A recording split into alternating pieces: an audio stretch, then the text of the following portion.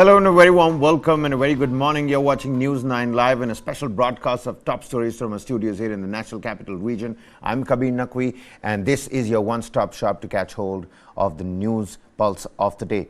First and foremost, the news that we're tracking at this moment. Prime Minister Narendra Modi on Monday had a telephonic conversation with Russian President Vladimir Putin. Now, the Prime Minister informed about the telephone conversation on the social media platform X, formerly Twitter. He said that upon the telephonic conversation, they discussed on furthering India-Russia cooperation in sectors such as trade, energy, defense, amongst others. They also discussed other bilateral and global issues. Now, according to a statement issued by the Prime Minister's office, the two leaders reviewed the progress on a number of issues of bilateral cooperation in follow-up to the recent high-level exchanges between the two countries.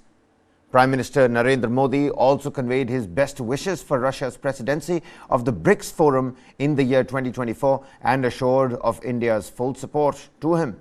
The Kremlin also issued a statement saying that a number of international topics were discussed, including the situation around Ukraine. The statement also said that Vladimir Putin too wished success to Prime Minister Modi for the upcoming parliamentary elections. PM Modi's conversation with Putin comes just a fortnight after Foreign Minister Dr. S Jaishankar held a meeting with Vladimir Putin in December just last year.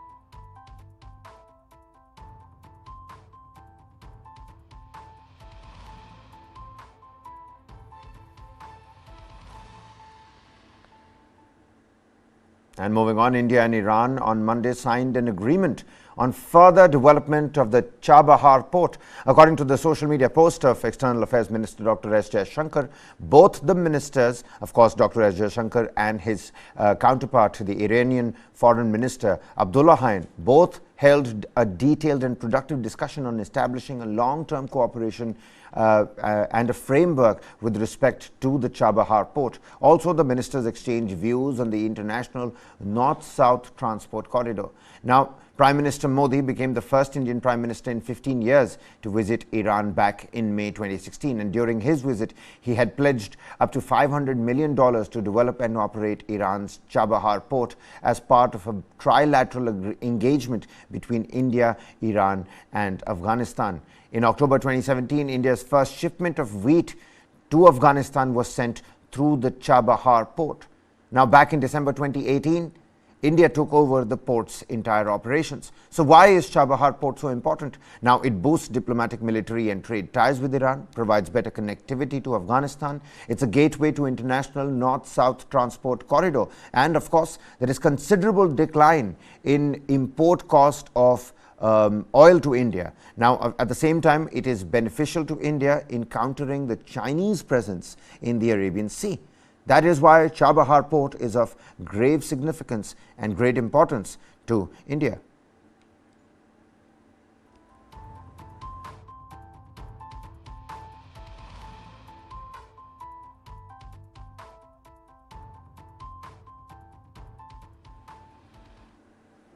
Now, amid the ongoing Russia-Ukraine war and the growing tensions in West Asia vis-a-vis the Israel-Hamas war, India's Foreign Minister Dr. S Jaishankar, he was on a two-day visit to Iran for furthering these strategic ties. And even as the Israel-Hamas battle continues and the entry of the Iran-backed Yemeni terrorist group Houthis target the ships of the Western countries in the Red Sea, India has made it clear that Iran should not drag India into this war. Jaishankar's Tehran visit comes days after the US and the UK launched multiple airstrikes targeting the Houthis.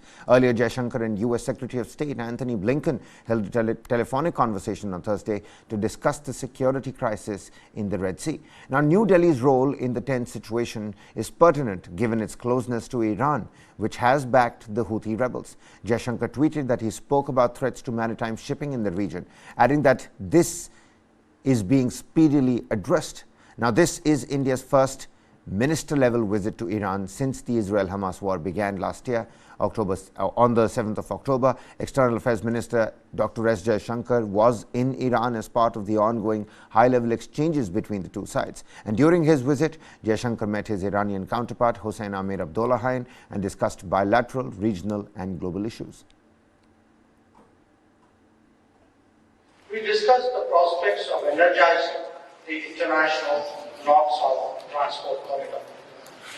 In particular, we discussed India's involvement in the development and operation of the Chabahar Port, a joint project with a joint vision of connectivity. I emphasized India's commitment to this project and discussed how we can establish a firm, sustainable and long-term roadmap for India's continued involvement over the coming years. Given the importance of this project for both nations, I emphasized the need to monitor its progress under the direct supervision of the political leadership.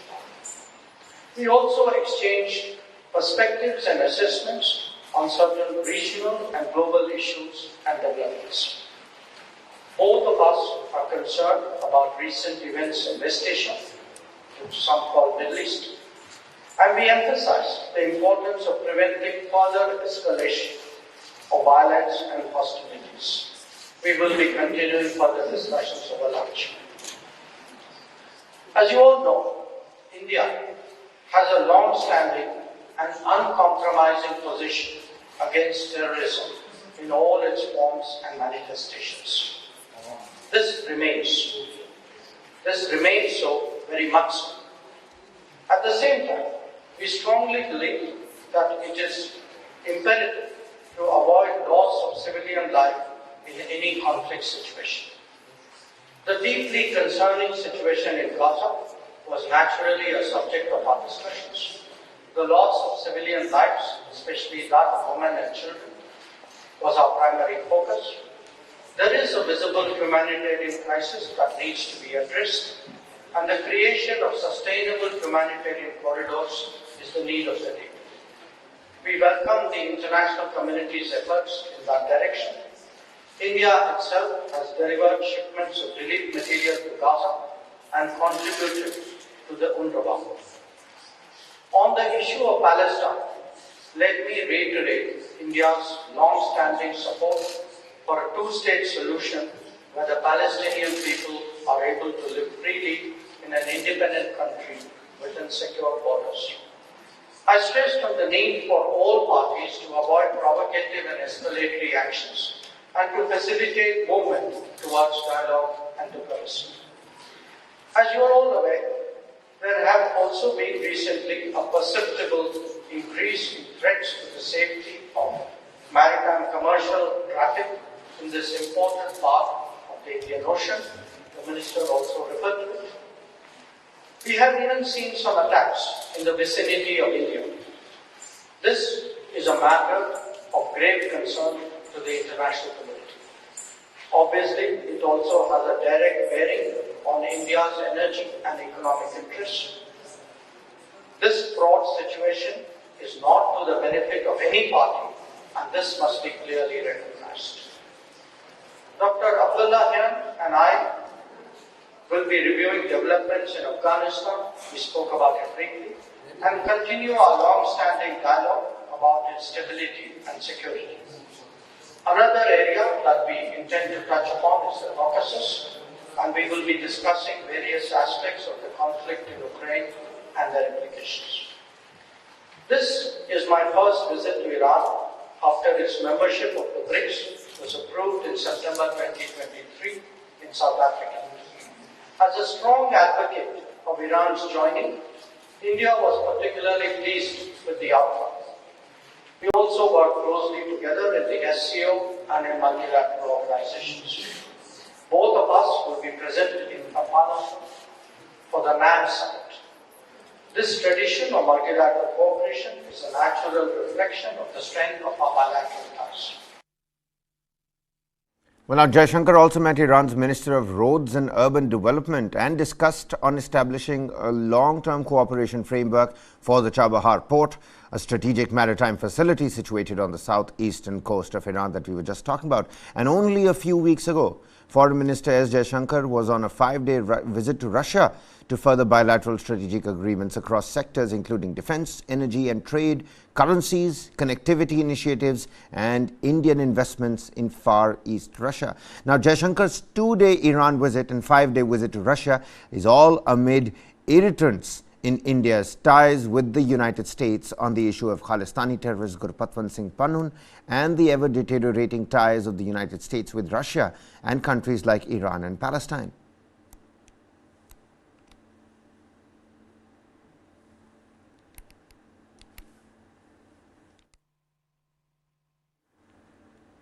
Well, moving on, the Aam Aadmi Party has joined in the religious fervour.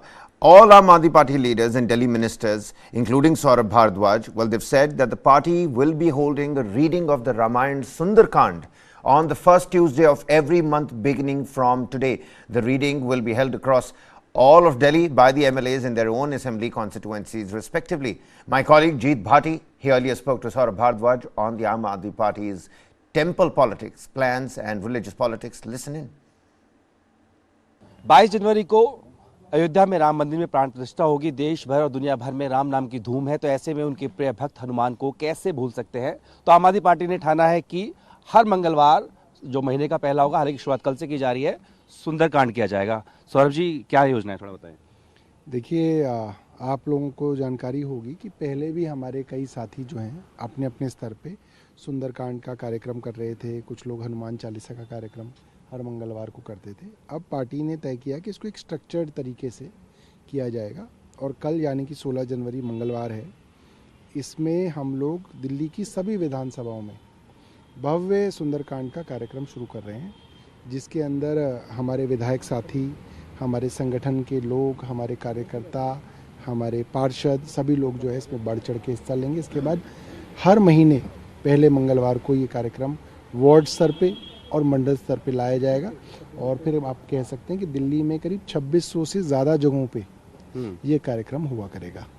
Sir ji, India alliance का आप हिस्सा हैं, ज़्यादातर दलों ने 22 तारीख से दूरी बना ली है। क्या आपकी कोई मजबूरी है कि उसके साथ खड़े रहना आपको दिखना ज़रूरी है, या फिर वो आरोप ऐसे लगेंगे कि उस क्षतिपूर्ति को करने के लिए आपने एक कदम उठाया है? नहीं, कोई इंडिया अलायंस की तरफ से किसी को कोई इस बारे में ना कहा गया है, ना इसके बारे में कोई चर्चा हुई है।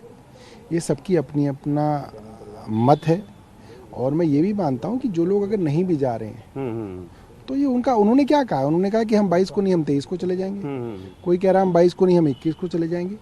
तो इसके अंदर तो मुझे लगता है कि कोई जो है गुरेज नहीं होना चाहिए किसी को, और कोई अगर नहीं जाके भी पूरे दिन अगर राम के बारे में सोच रहे हैं तो वो भी ठीक है। मुख्यमंत्री की क्या स्टैंड है, जाएंगे नहीं जाएंगे, अधिकारी की इन्विटेशन मिला है नहीं मिला? मेरी उनसे इस बारे में चर्चा नहीं हुई है और मैं उनसे चर्चा करूंगा। आखिरी सवाल दिल्ली से जुड़ा हुआ है, एमसीडी को लेकर के स्टैंडिंग कमेटी नहीं बन पाई है, मामला कोर्ट में है, तो ऐसे में जो उसकी पावर्स हैं वो नॉर्मल हाउस को ट्रांसफर करने का प्रस्ताव लाया गया है।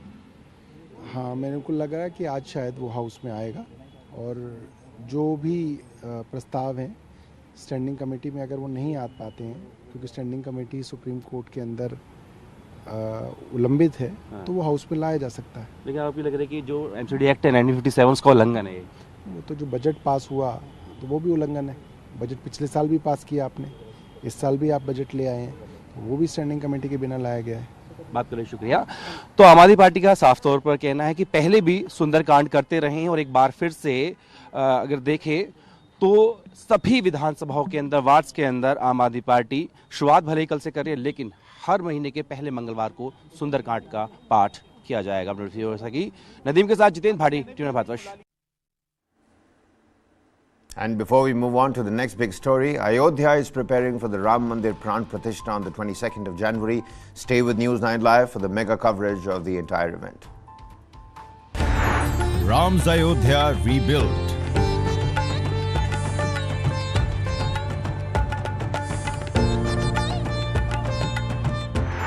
Ram Lala's Pran Pratishtha.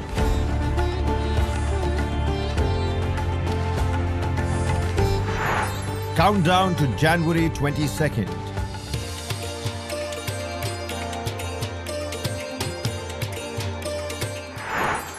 Dateline Ayodhya. Catch the mega coverage only on News 9 Live.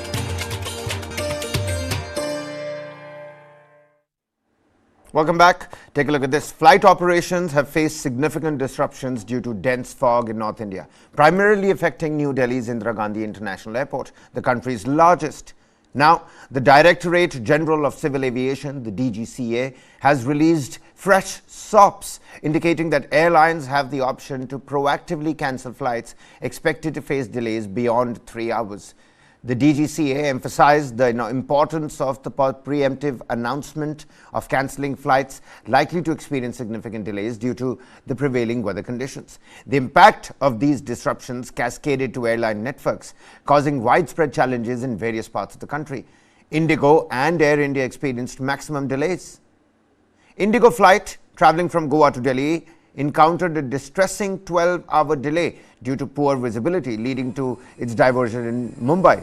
The delay and lack of services prompted the disgruntled passengers to refuse boarding the coach to the terminal and opt for dinner on the tarmac itself. CISF personnel were summoned by airport authorities to manage the situation later on. Now, Indigo Airlines offered apologies for the delays and the resulting inconvenience. The airline emphasized its staff's committed efforts to prioritize customer safety and deliver optimal service. However, they sincerely regret any inconvenience faced by Indigo customers. Meanwhile, in a video that went viral on Sunday, a passenger charged at the captain before hitting him as the latter was announcing the delay of a Goa-bound flight. The incident occurred on a flight from Delhi to Goa. The attacker, identified as Sahil Kataria, struck the pilot who had come as a replacement, given the flight duty time limitations after the flight faced a 13-hour delay. Aviation authorities are investigating the assault and Indigo has filed a complaint against the passenger. Indigo has also formed an internal committee to address the incident. Actions including the potential inclusion of passengers on a no-fly list is under consideration.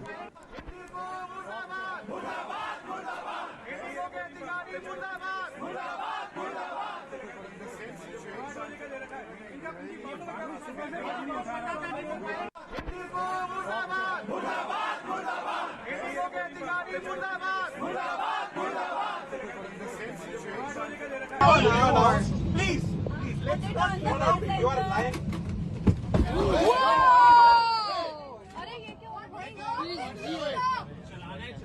नहीं चलाना मत चला खोल के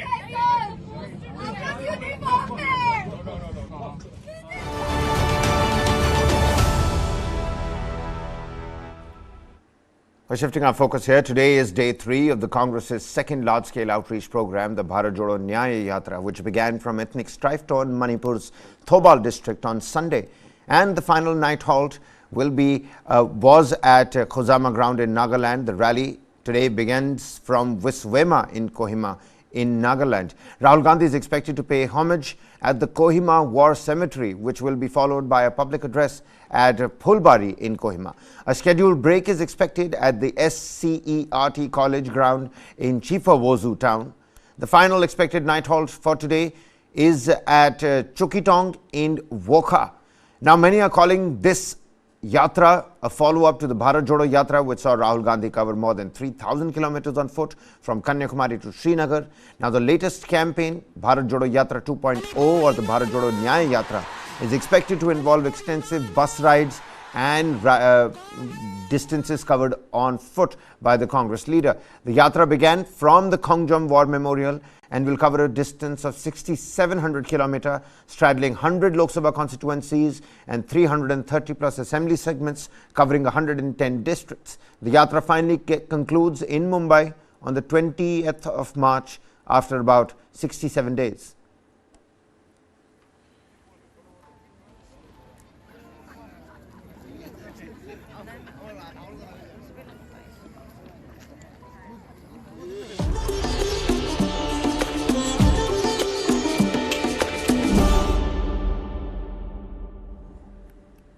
All roads are leading to Ayodhya. A big ceremony is happening in Ayodhya for the Ram Temple. It's going to be a grand and historic event with important dignitaries and other people joining in. The Shri Ram Janmabhoomi Tirth Kshetra Trust has a plan for the entire week of rituals starting from today onwards, ladies and gentlemen, leading up to the main inauguration ceremony on the 22nd of January. The rituals will begin today with a special ceremony followed by a bath on the Saryu River. Prayashchita and Karmakuti Pujan will be performed during this week in the run-up to the inauguration ceremony. Shastriya protocols will be followed and the Pran Pratishtha ceremony will be held in Abhijit Muhurata. Pre-rituals have also begun for the same starting from today onwards. Just about 6 days left, ladies and gentlemen. The main event planned for the 22nd of January will have Prime Minister Narendra Modi overseeing the installations of Shri Ram Lala idol crafted by the sculptor Arun Yogiraj from Karnataka. The celebrations will extend beyond the ceremony, of course, with the Ram Temple opening its doors to devotees from the 23rd of January onwards.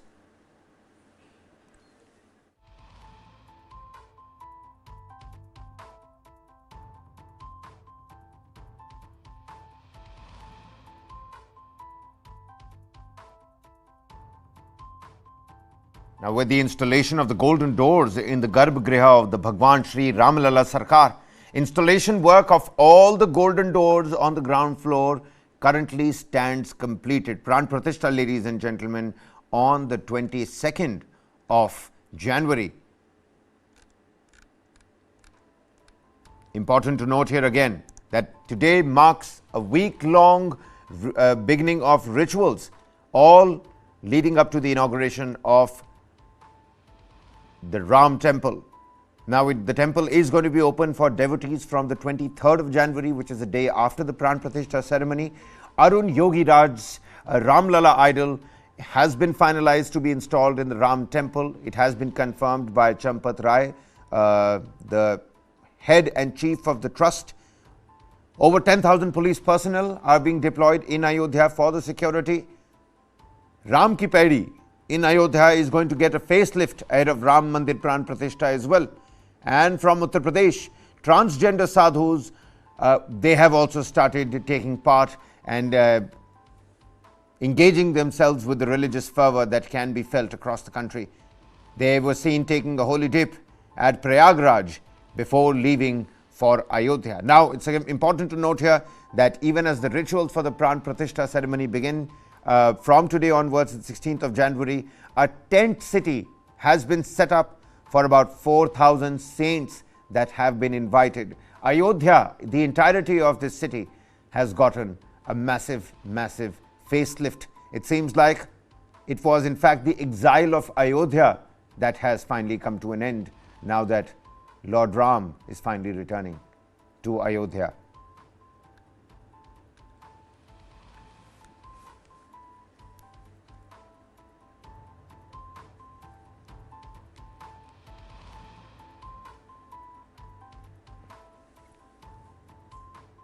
Now, on January 22nd, the Ram Mandir inauguration ceremony in Ayodhya, all preparations for its successful conduction are being taken up. Meanwhile, we've placed our boots on the ground. Our colleagues are trying to speak to various police officers, trying to understand what the security beef-up looks like. We're also trying to understand all the next-gen artificial intelligence and technology that has been used for the beautification and decking up of the Saryu River and the entire Ram Temple complex. And at the same time, we're also trying to get in exclusive Ayodhya and Ram Temple related stories from across the length and breadth of the country. Somewhere it's somebody making sand art. On the other place, it's a record that has been broken with the use of diyas depicting Lord Ram's picture. Take a look at this. In Mumbai, volunteers and car sevaks performed a yagya in anticipation of Ram Temple's inauguration. Some participants shared their journeys and also spoke about 1992, how the Babri demolition actually took place. Now, having traveled to Ayodhya multiple times, facing arrests, overcoming obstacles, these are some of those car sevaks taking us to a trip down memory lane. Mumbai के मलाड इलाके में car सेवकों द्वारा प्राण प्रतिष्ठा के पहले हवन और यज्ञ किया जा रहा है। तस्वीरें आपको दिखाते हैं कि किस तरह से यहाँ पर आप देखिए तमाम लोग जो इकट्ठा हुए हैं। यहाँ पर आम लोग तो हैं ही, साथ साथ में यहाँ पर कार सेवक भी इकट्ठा हुए हैं। ये वो कार सेवक हैं जो कि बाबरी का ढांचा जब गिराया जा रहा था उस वक्त यहाँ पर मौजूद थे। और आप इस हवन कुंड को देखिए, यहाँ पर यज्ञ और हवन हुआ है और यहाँ पर पंडित भी मौजूद हैं, मंत्रोपचार कर रहे हैं। तस्वीरें आप देखिए, बहुत सारे कार सेवक यहाँ पर इकट्ठा हुए हैं। इन तस्वीरों को देखकर आप अंदाजा लगाइए कि पूरे देश में प्राण प्रतिष्ठा के पहले किस तरह का माहौल है। यहाँ पर महिलाएं हैं, पुरुष और बहुत सारे ऐसे लोग हैं जो कि बाबरी का ढांचा जब गिराया जा रहा था उस वक्त वहां पर सैकड़ों की तादाद में बहुत सारे कार सेवक इकट्ठा थे। अब ये बताइए कि क्या आप भी वहां पर थे जब बाबरी का ढांचा गिराया जा रहा था? क्या स्थिति थी वहां की? नहीं, उस समय मैं नहीं था, मेरे पिताजी थे। मेरे पिताजी अपने क्षेत्र से जो है 3 बस को भर के कार सेवा में ले गए थे। उन्होंने कार सेवा किया था, लेकिन इस समय वो अभी बताते थे पिताजी क्या हुआ था, आंखों देखी बातें। पिताजी बताते थे कि मैं तो बहुत छोटा था, छोटा बोलो तो 10-12 में पढ़ता था उस समय। तो बताते थे कि जब हम लोग कार सेवा में गए तो हम लोग जौनपुर बॉर्डर डके, उसके बाद ही उनका जो है बस को गिरफ्तार कर लिया गया। गिरफ्तार करके सबको बस खड़ी करा के सबको जो है कारागार में डाल दिया गया। वहाँ कैदियों कितने लोग थे उसमें? कम से कम 300 की उनकी जत्था एक थी, 300 की संख्या। सबके सब मुंबई से गए थे? सबके सब मुंबई में गए थे। तो पिताजी जब वापस लौट कर आए तो ये सारी बातें बताते थे कि वहाँ पर जेल में डालने के बाद क्या हुआ? जेल में डालने के बाद उनको जो है ना सारी सुविधा मिलती थी, ऐसा नहीं था कोई परेशानी नहीं हो पा रही थी। लेकिन वहाँ मंदिर तक जो है वो लोग पहुँचने नहीं दे रहे थे क्योंकि बहुत ज्यादा किलाबंदी थी, ऐसा वो बताते थे। क्या नाम है आपका? मेरा नाम कमलापति तिवारी है। कमलापति तिवारी बता रहे हैं कि उस वक्त इनकी उम्र 12 साल थी और यहाँ पर जो है स्थिति बहुत ज्यादा खराब थी जब यहाँ पर बाबरी विध्वंस की स्थिति हुई थी। लेकिन 300 से ज्यादा लोग जो है वो गए हुए थे और वहाँ पर 300 लोगों को जो है इकट्ठा कर लिया गया, जेल में डाल दिया गया था। आपके परिवार का कौन गया था वहाँ पर? और जब वो घर पर लौट कर आए तो कितने दिन के बाद लौट कर आए, क्या बताते थे? उस समय हम लोग उत्तर प्रदेश से थे। हम उत्तर प्रदेश जौनपुर जिला के हैं, बदलापुर क्षेत्र के हैं। हमारे पिताजी के बड़े भाई थे प्रधान जी, वो लोग गए थे। वो लोग बच के आ गए थे गोली से। मुलायम सिंह द्वारा जो गोली चलाया गया उसमें वो लोग बच के आ गए थे। तो हम लोग इसके लिए बहुत भाग्यशाली निकले।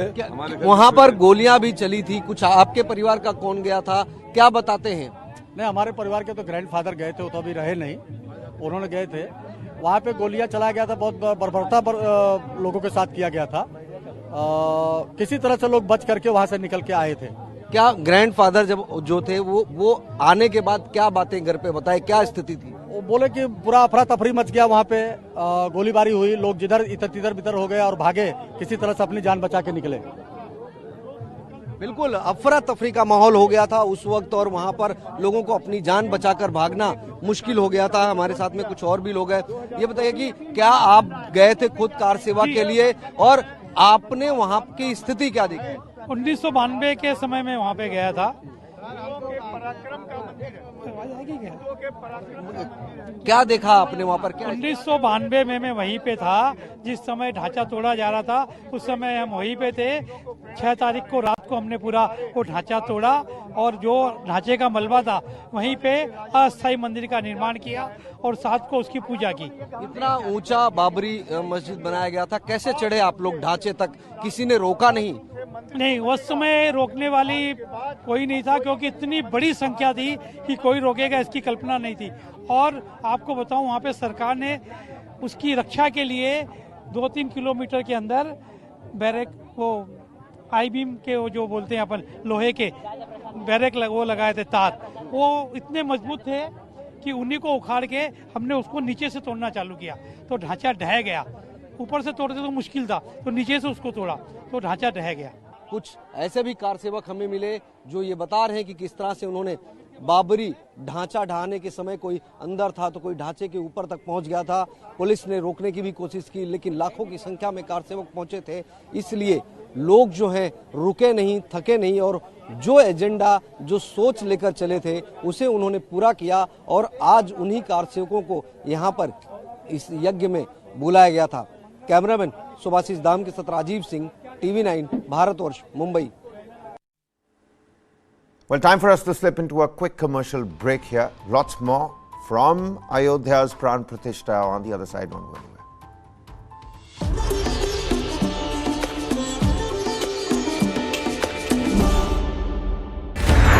Ram's Ayodhya rebuilt.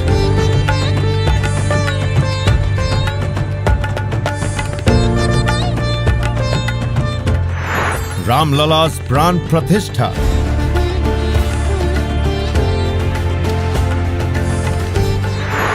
Countdown to January 22nd.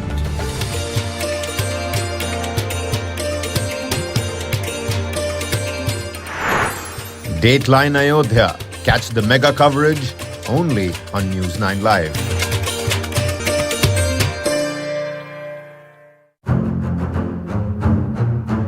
Yes, the scale of the attack surprised us. When you get a series of alerts, 16 intelligence alerts, if Maharashtra government at that time had alerted the Coast Guard and the Navy, this 2611 would not have happened at all. And one of the details they had planned was to use these dhagas to mislead the investigative agencies. All this was to be presented as a Hindu terror. It was a Pakistan operation. The LET was the front end.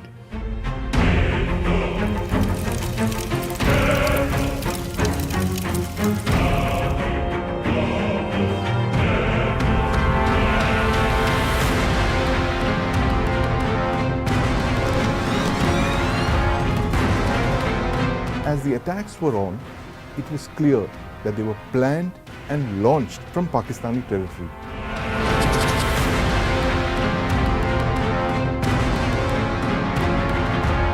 For all of those victims of terror that was exported from Pakistan over the years, including but not limited to 2611.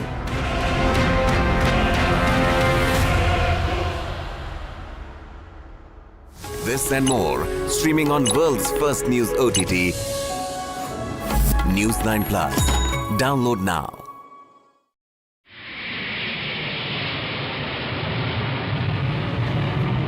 This was intended to be a terrorist spectacular without precedent. The plan was to bomb 2 Air India passenger aircrafts simultaneously. There was a loud explosion and the whole plane just vanished. The police dropped the ball, the intelligence officers dropped the ball, and the politicians dropped the ball. It was a conspiracy that destroyed my life. It destroyed 331 lives.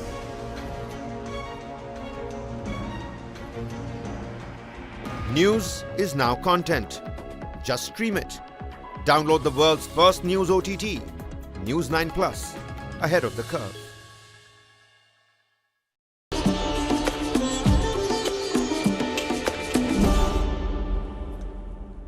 Welcome back. You're watching News 9 Live. Now, the Muslim Rashtriya Manch, the MRM, which is affiliated with the RSS, has stated that a significant number of Muslims in the country share the belief that Lord Ram is a figure for, in fact, everyone, and have expressed their support for the construction of the Ram temple in Ayodhya. The survey, conducted in collaboration with the charitable trust based in Gujarat, indicates that 74% of the people in that particular sample have said that they are happy with the construction of the Ram temple and feel that Ram is a figure and an idol for everyone.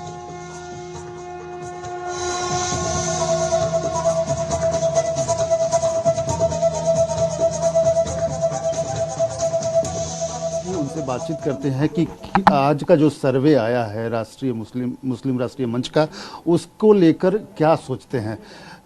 आज जो एक सर्वे हम लोग दिखा रहे हैं जो आया है आपके संस्था के द्वारा, आप उसके पैटर्न हैं, मुस्लिम खुश है राम मंदिर बनने से लेकर, आपको क्या इसको लेकर लगता है? ऐसा है, मेरा पिछले 24 वर्षों से मुसलमानों से जम्मू कश्मीर में संवाद प्रारंभ हुआ था और जितने भी तीखे, कड़वे, जहरीले प्रश्न हो सकते हैं उन सब पर हुआ था। राम मंदिर पर भी हुआ था, गाय पर भी हुआ था, 370-35 पर भी हुआ, इंसर्जेंसी पर भी हुआ, पाकिस्तान पर भी हुआ, जो विदेशी आक्रांता थे उनके साथ हमारा रिश्ता क्या है, हम सबका डीएनए क्या है, तुलसी पर भी हुआ, विदेशी आक्रांतों के जुल्मों पर भी हुआ। ऐसे जितने भी प्रकार के विषय हैं जो माने जाते हैं बहुत कड़वे हैं, उस सब पर हुआ है। और वो जो डायलॉग हुआ उसको तब से लेकर आज तक हमारे जो पंचम सरसंघ चालक थे पूजनीय सुदर्शन जी, उन्होंने भी किया, फिर माननीय मोहन जी ने भी किया, मेरा कॉन्टिन्यूस चल ही रहा था, अन्य संघ अधिकारियों ने भी किया, संतों ने भी किया, विश्व हिंदू परिषद के लोगों का भी करवाया। और सबको ये लगा कि संवाद के अभाव के अंदर बहुत सारे प्रश्न हैं। और दूसरा, सबको ये लगा कि कुछ लोग डेलिबरेटली संघ की छवि या संघ परिवार की छवि को हिंदुत्व के बारे में गलत अवधारणाओं के साथ गुमराह कर रही है। और वह सारे का सारा, अभी एक पुस्तक भी निकली है, राम मंदिर राष्ट्र मंदिर, एक सांझी विरासत, अनसुनी कथाएं, जिसमें ये सारे 70-80 के लगभग मुसलमानों के भी इंटरव्यूज़ ही नहीं हैं, उनके भाषण भी हैं, हिंदुओं के भी हैं, हम सब प्रमुख लोगों के हैं। वो पुस्तक भी हम आपको भेंट देंगे और भी, तो जिसमें से ये विश्वास बढ़ता चला गया कि संवाद होने से समस्याओं का समाधान होगा। लगभग 8,20,000-25,000 के लगभग 370 और 35A के विरुद्ध मुसलमानों ने हस्ताक्षर करके भारत के राष्ट्रपति तत्कालीन और Shri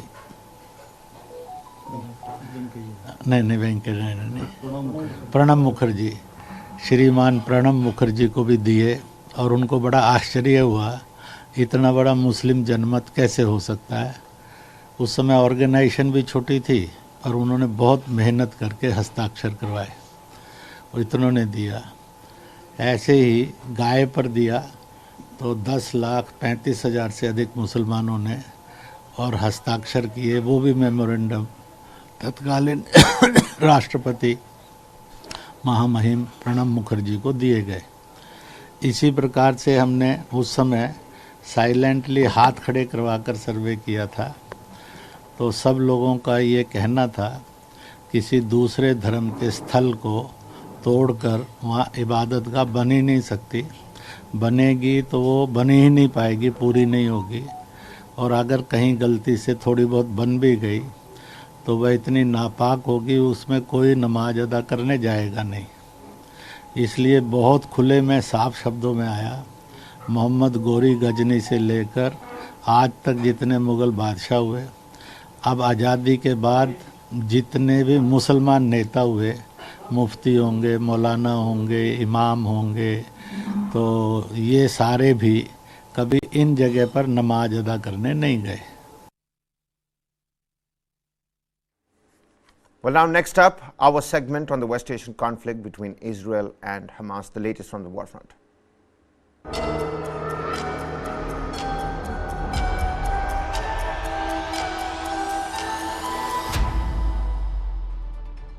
The following content may contain visuals that are disturbing, graphic, or sensitive in nature. Viewer discretion is advised. This material is intended for mature audiences and may not be suitable for all viewers. Please exercise caution while watching, and if you find such content distressing, we recommend discontinuing viewing. This disclaimer is provided to ensure awareness and to prioritize viewer well-being. Well, spokesperson from the Iran-allied group Houthis said that the Yemeni Houthi movement targeted a U.S. ship in the Gulf of Aden with missiles, resulting in a direct hit on Monday. Houthi military spokesperson Yahya Sarriya said that all U.S. and British ships and warships involved in that aggression against Yemen will be targeted. The US military had previously announced that an anti-ship ballistic missile fired by Houthi terrorists struck a Marshall Islands flagged US-owned and operated container ship. However, no injuries or damages were reported. Since October, attacks on ships by Houthis have impacted commerce and raised concerns among major powers, marking a regional escalation alongside Israel's more than 3-month-long conflict with Hamas terrorists in Gaza.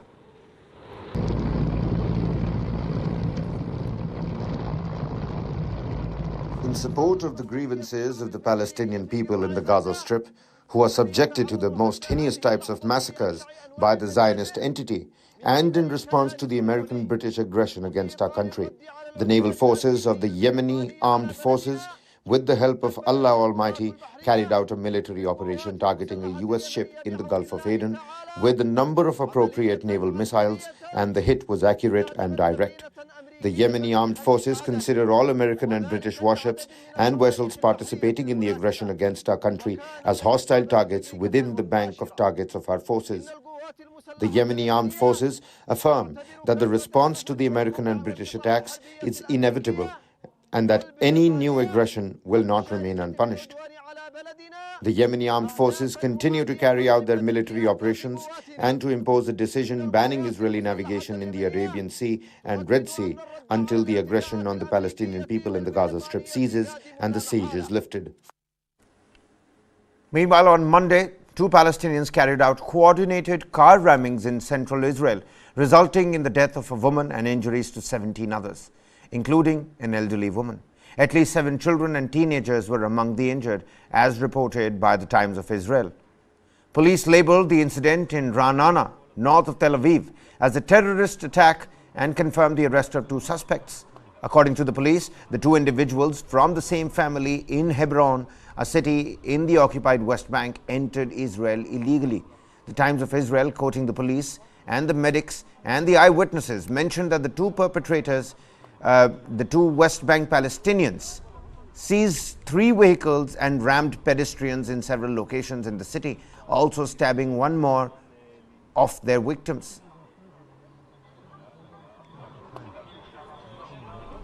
A short while ago in the city of Ra'anana, a suspect who is in police custody and believed to be a Hebron resident stole a vehicle and used it to commit multiple car ramming attacks. It's believed that he did steal additional vehicles to commit more attacks, but that suspect is in police custody at this time. We have a police helicopter that's in the air in order to scan the perimeter, as well as special police forces and other security agencies who arrived at the location to secure and make sure that our civilians are going to be safe. Now, Iran's Revolutionary Guards has claimed to have targeted what they referred to as Israel's spy headquarters in Iraq's Kurdistan region, as reported by the state media on Monday. They also asserted conducting strikes against the Islamic State in Syria. The Guards stated that their offensive operations will persist in response to perceived provocations by the Zionist regime, vowing to avenge the recent deaths of the 3 Guard members in Syria. The reported strikes included ballistic missiles hitting a Mossad espionage center in Kurdistan and a targeting terrorist operation in Syria.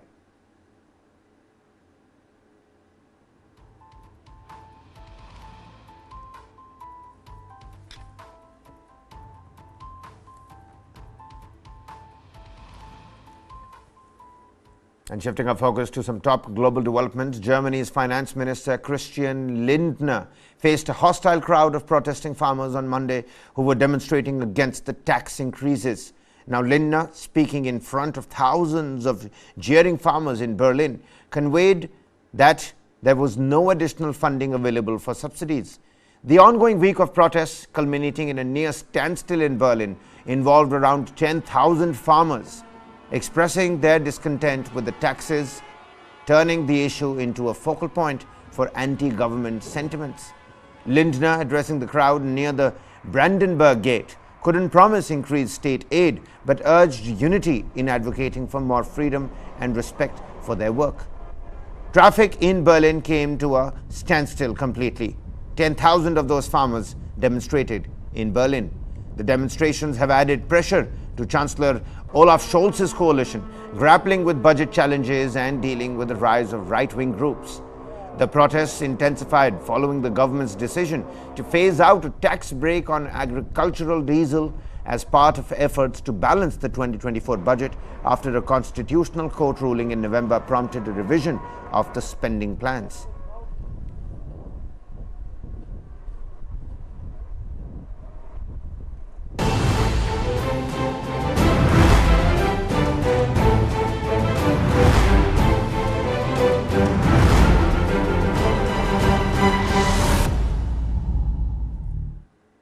Heralding 2024, what does the new year have in store for all of us? In a frigid start to the 2024 White House race, Republican voters in Iowa braved the extreme temperatures to cast their ballots in school gyms, firehouses, and churches.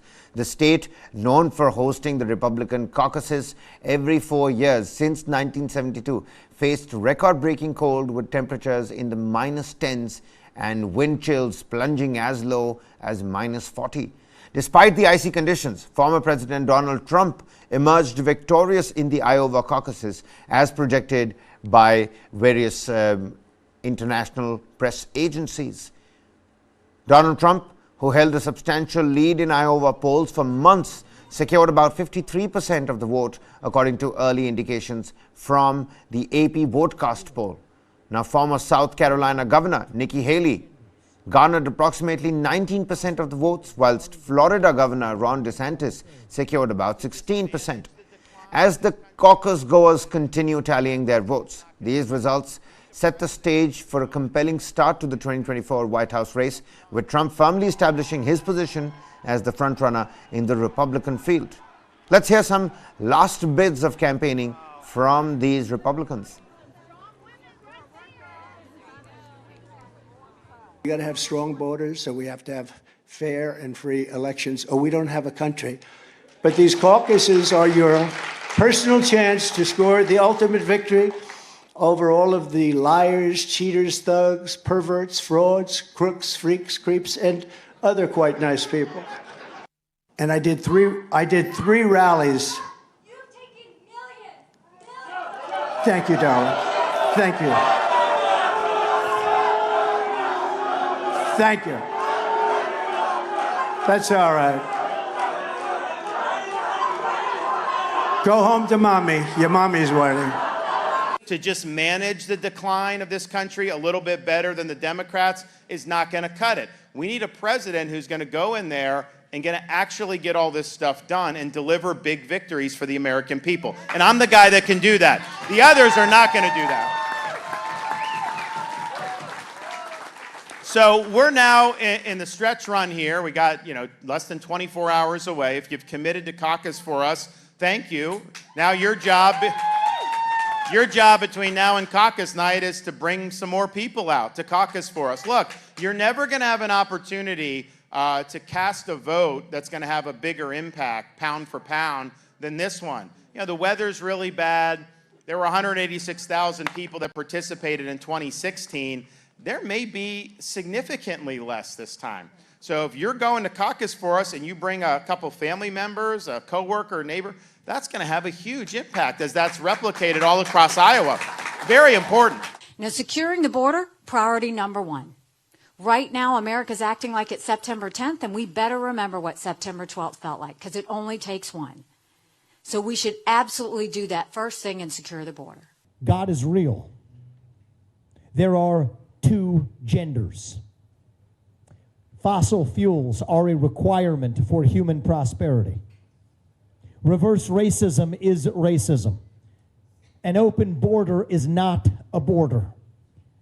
Parents determine the education of their children. The nuclear family isn't a bad word.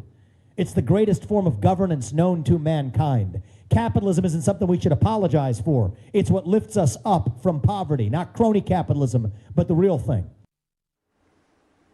Well, in the heralding segment, shifting our focus to Taiwan, because one of Taiwan's remaining allies has severed ties in favor of Beijing following Taipei's recent presidential election.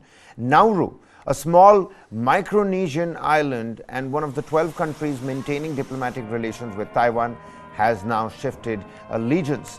This move is part of Beijing's ongoing efforts to claim Taiwan as part of China And Taiwan suggests the diplomatic shift is linked to the recent election results, further straining relations with China. Taiwan lost one of its few remaining diplomatic allies, Nauru, to China on Monday. It comes just days after Taiwan elected a new president and accused China of attempting to suppress its diplomatic space. China claims Taiwan as its own territory, with no right to state-to-state ties, a position Taiwan strongly disputes. For years, the two have traded accusations of using dollar diplomacy as they compete for diplomatic recognition. A senior Taiwan official briefed on the matter said Beijing is offering Nauru $100 million a year. A Nauru government spokesperson declined to comment. Taiwan's Deputy Foreign Minister Tian Cheng-kuang said the quote ambush-like move came suddenly.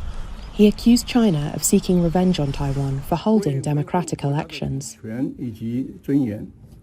In order to maintain our sovereignty and dignity, we have decided from this very day to end diplomatic relations with Nauru, halt all bilateral plans for cooperation, withdraw the embassy and repatriate technical personnel, and will demand for Nauru to shut its embassy in Taiwan.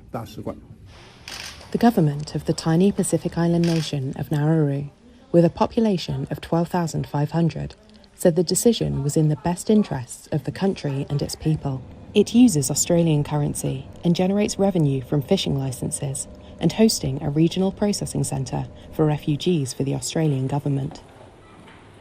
China confirmed the renewal of relations with Nauru, which previously recognised it between 2002 and 2005. China's foreign ministry did not directly answer a question on how much money it had offered. Taiwan's president-elect is Lai Ching-te, who was repeatedly criticised by China before the poll as a dangerous separatist. He won the election for the ruling Democratic Progressive Party and will take office on May 20th.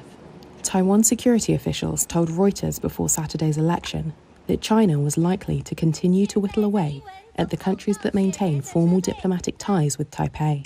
Its 12 remaining diplomatic allies include the Vatican, Guatemala and Paraguay, plus Palau, Tuvalu and the Marshall Islands in the Pacific.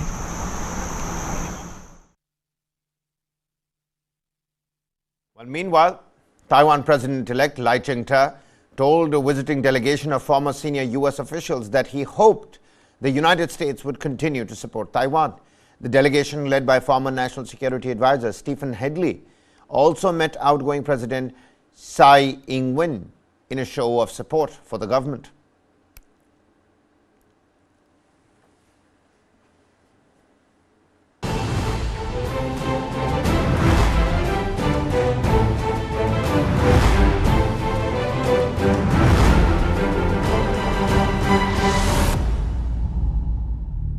Well, moving on, Grindavik in Iceland witnessed its second volcanic eruption in less than a month on the 14th of January. However, the volcano is reportedly less active now, despite signs of ongoing magma flow underground. 3 houses were set ablaze, but the town had been evacuated earlier, ensuring no immediate danger to people. Take a look at this report. It was the worst-case scenario, said an expert.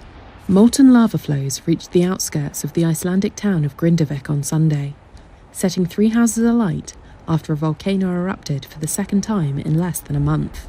The town, 25 miles southwest of the capital Reykjavik, was evacuated earlier, and there was no immediate danger to people.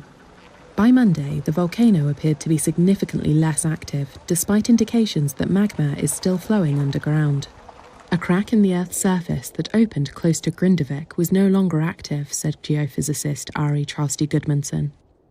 The danger is that because there is still an influx of magma into the fissure system, that a new eruptive fissure opens up, either further to the north, which is more or less okay, but also to the south. And that would then be within the borders of the city, further south, closer to the harbor. And if something like that happens, much more houses are in real danger, and no people, but much more houses and infrastructure. The Icelandic Meteorological Office said the eruption centre is a high-risk area and new fissures could open without warning. Live video footage on Monday showed glimpses of orange lava still flowing to the surface, but at smaller volumes and further away from the town. Residents of Grindavik, a town of some 4,000 people before it was first evacuated in November, said it was difficult to watch televised images of the fires. John Gotti Dagbyatsen was evacuated just hours before the latest eruption. This is big. This is serious. It's basically as bad as can possibly get. Although it might get even worse. Who knows? So, I'm born in this town. I actually live in the house that I'm born in. And it's a tough thought to think that this town might be over. And I would have to start all over somewhere else. The Icelandic government will meet on Monday to decide on support for the people of Grindavik. And with that, it's a wrap on this edition of Top Stories. Lots more continues right on the other side. Don't go anywhere.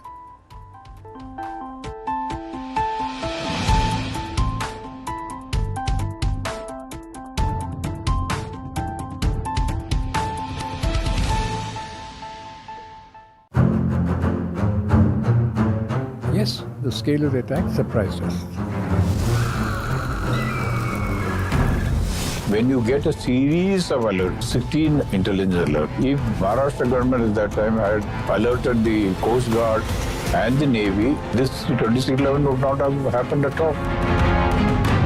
And one of the details they had planned was to use these dhagas to mislead the investigative agencies. All this was to be presented as a Hindu terror.